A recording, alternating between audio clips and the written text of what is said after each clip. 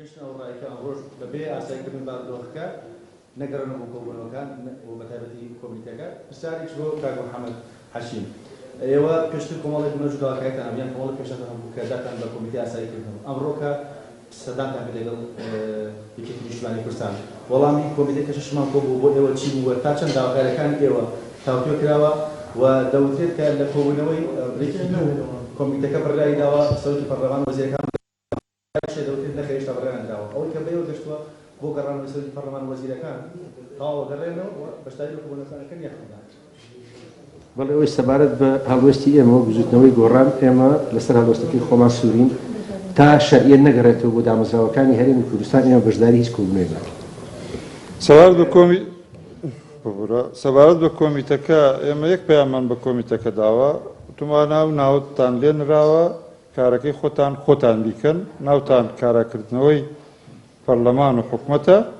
فەرمو ئەنجامیدەن مەیبەنەوە بۆ کۆبنەوە و درێژیکەنەوە و ئەوە ئیتر بۆ خۆیان پێم وایە کۆبنەوەی تریان نەکردووە پێم وایە بۆ خۆشیان وەکو بیستومە ملاحەزەیانەیە کە دەسەڵاتی تەواویان پێ نەدراوە کە ئەو پێچەوانە بوو لەگەڵ ئەو لێدوانانەی کە لێرە و لەوێ درا کە دەسەڵاتی تەواویانە. لە چەند ڕۆژی ڕابردووە لە جەزگاکانی ڕاگەاندن باز دەوکرا کە زوتنەوەی گۆڕان پرۆژەیەکی نوێ بێ بۆ چارەسەرکردن و تێپەڕانی قێرانە سیاسی و دارایەتی ئێستا یاریمی کوردستان ئەم پرۆژەیە وادەیەکی هەیە بۆ خستنە ڕوو و هیچ شتێک لە ناوەڕۆکی پرۆژەکە ئەتوانرێت لە ئێستادا باس کردەوە پرسیارێک بۆ بەڕێزکار محەممەد باز لەوە دەکرێت کە ئەگەر بێت و یەکگرتووی ئیسلامی کوردستان لەو لیژنەیە کێسە دروستکراوە بۆ کاراکردنەوەی حکوومەت و پەرلەمان دەنگۆ ئەوەیە کە ئەگەر بێت و دەسەڵاتەکانیان زیاد نەکرێەوە هاوکاری زیاتر نەکرێن ڕەنگە بکشێنەوە لەو لیژنەیە ئایا تا ئەمە لەگە برادرانی یەکگرتووە تاوتوێتان کردو باز لەم پرسەکراوە بەشەکەی ئێمە نەخێر هیچ تاتوێکمان نەکردووە و ئەوە بابەتێکە پەیوەندی بە خۆیانەوە. بەڵێ سەبارەت بە پرۆژەکەی ئێمە و نەخشەڕێگاکەی ئێمەش ئێمە نەخشەڕێگایەک و پرۆژەیەکمان ئامادە کردووە بۆ تێپەڕانی ئەم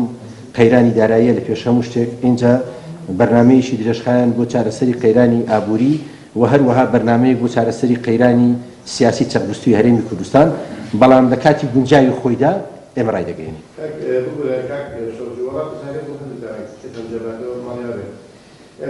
داواکەن بەدوولانجان کە حکوومەتی هەرێم ینی هەواڵێک خۆشبار کە باڵین ئەو شتەی دای ناوە لە موچە هەڵی گۆژەرە و بڕیاری کردا ئێوە چاوەڕێکە حکوومەتە پارەیە بێ ینی پێتان وایە هەیە یوناییدا یا چاوەڕێی جوابێکی ئەلیدا حکوومەتەکەم بەڕاستی ئەوەی کە سەرۆکی کابینەکانی پێشوو بووە بۆ خۆی دیعایەوەکە شتەیە با حکوومەت ڕوونکردنەوەی ئەوانش کاڵێن بەڵگە هەیە کە پارە هەیە حکوومەت بۆ خۆی پارە بدا ئێمە ئەوەنداڵێن ئەوەی حکوومەتایەتی دەکا بە تایبەت ئەوەی کە زۆرینەی هەیە دەسەڵاتەکانی لەدەستە و چەند ساڵە خێروبێری کوردستان زیاتر بوو ئەو بووە من پێشتی شەر وتمانە بەڵێ خەباتیشیان زیاتر هەبووە ئەوە بەرپرسن لەوەی کەوا بەدەم خەڵکەوە بێن جاخۆ خەڵکە وەکو کاک شۆڕش وتی ئێمە دەخوازین هەموو نیگەرانێک کە خەڵکی کوردستان دەریە بڕن لەم قۆناغا هێمنانە بێ و لێرێشۆ هەردوو لامان تاکید لەوە دەکەینەوە کەوا ئێمە لەگەڵ دەستێوەردانی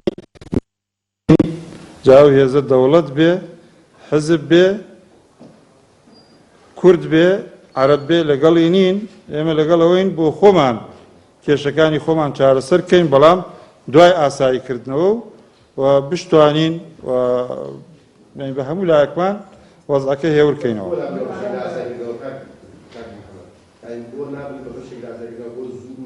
بەشێکی نێمە بەشێکە بین لە ئاساییکردنەوە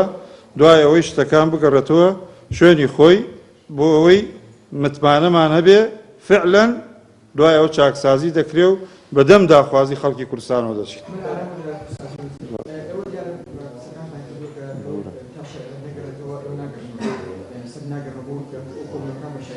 فڵاتەوە بۆ خۆتان ناچن ڕاستەخۆ داواکاریەکانتان مشکلەکانتان دەستخەنە مشکلەکانتان بەڕاستەخۆ لەگەڵ بۆم لەگەڵ کاتی کوردستان کێشەدانێ لەگەڵ سوبازانی کێشەدانێ بۆ ناچن یەکسەر بۆ خۆتان دەستخەنە سەر خاڵەکانی نەک دانشگاه مەبوونە لە ڕاگەیاندەکانە باسکەیانی کۆبنەوەکان خۆتان بۆ ناچن ڕاستەوخۆ بە بازانی بەڵێن کێشەکان هەمێ ئەبێ ئەوە چارەسەر بەڵێ ئێمە هەرگیز گفتوگۆمان ڕەت نەکردوێتەوە بەڵام کە باس لە کێشەکانەکەی پێم وانی هیچ کام لە ئێوە نەزانێت کێشەکان چییە یعنی کە ئێوە هەموو هاوڵاتیانی کوردستان بزانن کێشەکە چیە تۆ پێت وایە پارتی دیموکراتی کوردستان لەسەرەوە پەشی کەوتو ئێمە بچین پێیان بڵێن کێشەکان چیە ئەگەر بیانێت خۆیان بارودۆخەکەش ئاسایی بکەنەوە و ئێمەش ئەو کاتە ئامادەین بۆ ئەوەی کە وەکو وتم کە شەریعەت بگەڕێتەوە بۆ دامەزراوەکانی هەرێمی کوردستان ئیتر ئێمە ئەبین بە بەشێک لە چارەسەری هەموو قێرانان من ئەحمەد لەگەڵ کوردستان پێتان وایە ئەم کۆبنەوەی ئێوە بۆ هەندوو لا پرسیارەکە فاکتەرن بۆ تێپەڕانی مندۆخە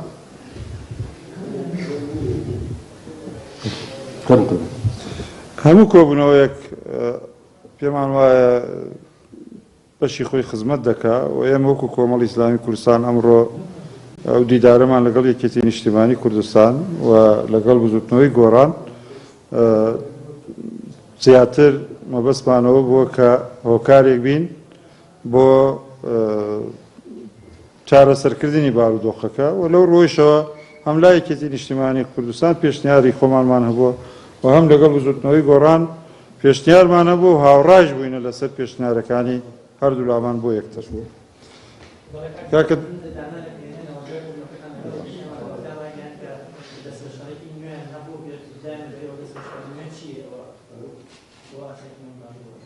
ئەوە بۆ خۆیان یەکێتی نیشتیمانی کوردستان بەیانی کۆبوونەوەیان هەیە و لەو کۆبوونەوەیەدا کۆمەڵێ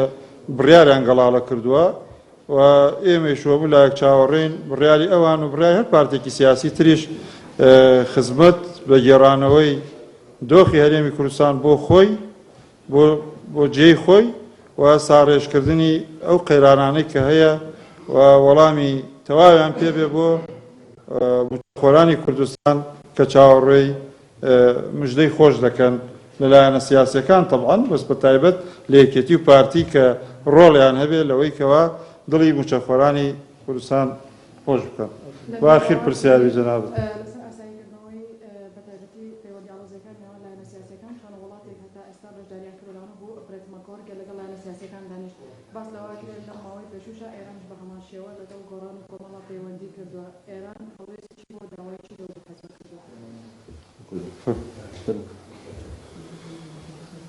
وەکو ینی ئێران وەکو وەفدووەوە هاتبێتە لای ئێمە شتی وامان نەبینیوە و ئەمریکیشمان بەڵێ ئێران لەگەڵ هەموو لایەکان لەسەر خەتە بەڵام لە ئاستی وەفدووانە بەس ئەوەندە هەیە ئێران و ئەمریکا و ئەوش کە ئێمە هەر کاتێ بیانبین هەموو تاکید لەوە دەکەنەوە کە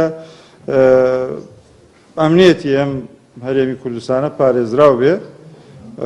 ئێمەش پێمان وتونەوەش بۆ دەبێت کەوا یاساش تێدا پارێزراو بێت.